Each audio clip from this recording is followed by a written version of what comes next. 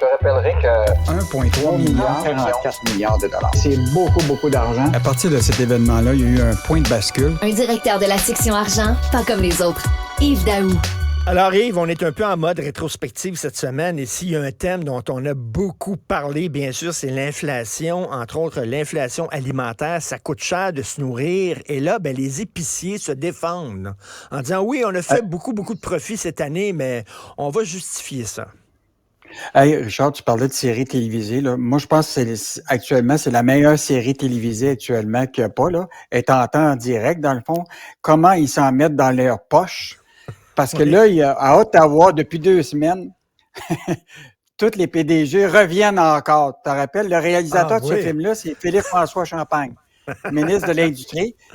Il fait venir tous les acteurs de l'industrie de l'alimentation, puis il leur dit, ça a-tu de bon sens que vous faites autant de profit? Puis là, il leur dit, hey, êtes-vous capable? Puis là, le ministre sort la circulaire, parce que lui, c'est un amateur des circulaires. Hein? Es-tu d'accord avec moi? Circulaire, les ministres qui regardent les circulaires. Mais la réalité, c'est que là, hier, c'était la 2e séance auquel ils doivent participer. La semaine passée, c'était le PDG de Weston. Et là, hier, c'était le PDG de Métro. Et donc, ça arrive au moment où il y a un rapport d'un économiste de Vancouver qui vient de sortir comme quoi les compagnies d'alimentation s'en vont pour dépasser le 6 milliards de profit net en 2023. Déjà, ça va dépasser beaucoup de ce qui était en 2022. Donc, évidemment, ça arrivait à un mauvais moment pour le PDG de Métro qui s'est retrouvé là, Éric Laflèche. Lui-même qui avait passé il y a presque un mois en disant, il dit, c'est normal qu'on passe au cash. Il avait dit ça devant le monde parce qu'effectivement, l'inflation... Donc là, ce qu'il dit, c'est qu'il comprend très, très bien ce que les gens vivent.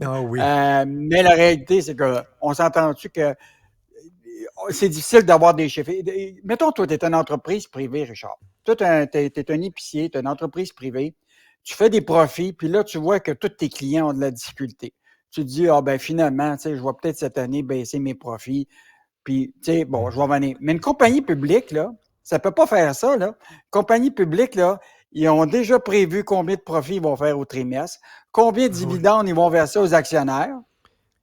Fait que tu peux pas commencer à dire, moi, là, je vais te donner autant, je vais baisser tous mes profits pour donner ça aux consommateurs. Mais là, parce que les actionnaires sont pas contents.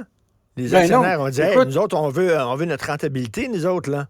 Pas juste ça, puis les dividendes. Ces compagnies-là versent des dividendes aux actionnaires.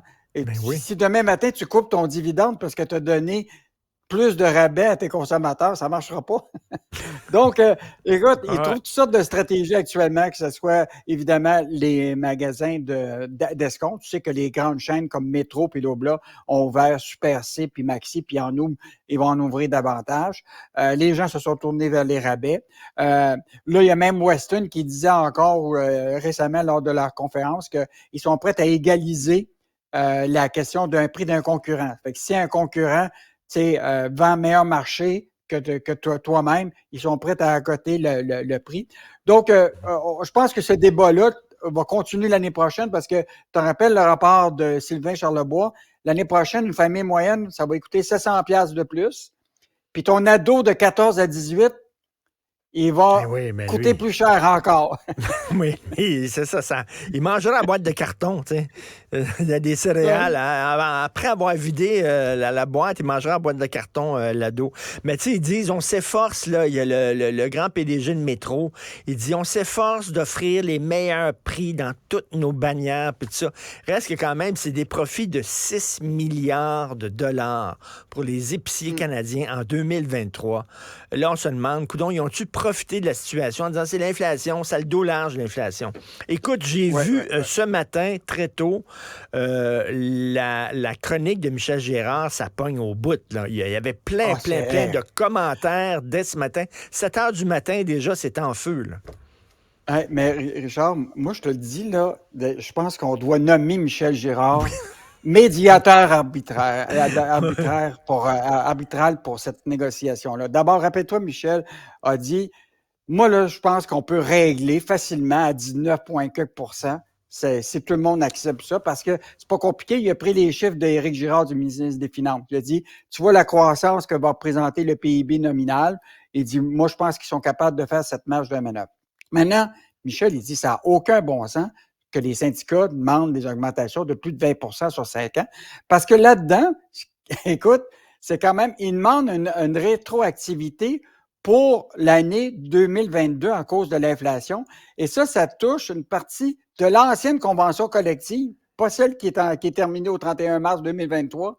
C'est Ben comme là, si les Québécois... tu reviens en si les arrière, là. Québécois... On réécrit si- notre convention collective. Là. On va réécrire notre ancienne convention collective. Ben non. Voyons.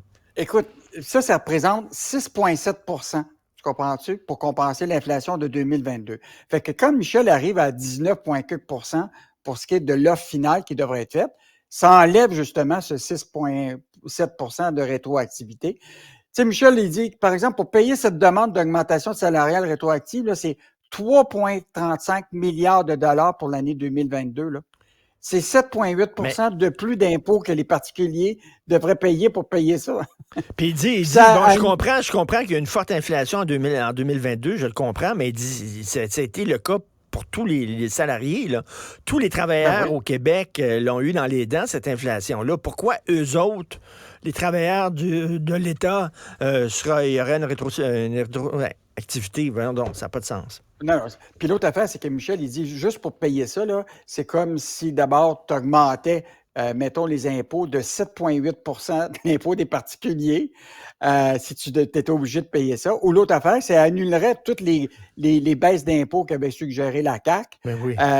Et même, il faudrait presque faire grimper, tu comprends-tu, de 1,4 la taxe de la TVQ, c'est pour payer ce 3,35 milliards. Là.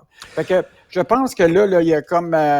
on dirait là, que là, on s'en vient au raisonnement concret. Là, que c'est il y a ça. Tu sais, peut-être, les gens commencent à dire, attends une minute, là, vos demandes sont peut-être un petit peu trop excessives aux syndicats. Là. Calmez-vous un peu et d'avoir une hausse rétroactive, ça n'a pas de sens. En terminant, je voudrais dire un message aux gens qui nous écoutent. Le bénéfice net en baisse à la SAQ. Buvez! Pendant le temps des fêtes, buvez, consommez de l'alcool. Si vous voulez avoir de l'argent en éducation puis dans les services de santé, il faut boire. Richard, oublie pas, on a un esprit de bicéphale avec nos sociétés d'État. Un, on veut que l'argent rentre en masse dans les coffres de l'État pour payer les services publics.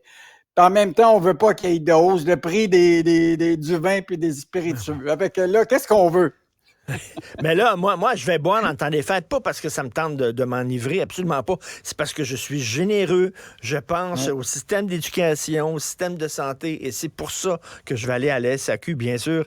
Merci Yves Daou. À demain. Richard, mais moi, ce que je pense aussi, c'est quand tu payes tes bouteilles à la SAQ, pense que s'ils font des profits, il y a des bonnies qui vont à tous les employés aussi. Ah, ça, c'est... Ça, il ne faut pas l'oublier, Richard. C'est un beau cadeau à leur faire, c'est un beau cadeau de Noël à faire. Merci Yves Daou, salut.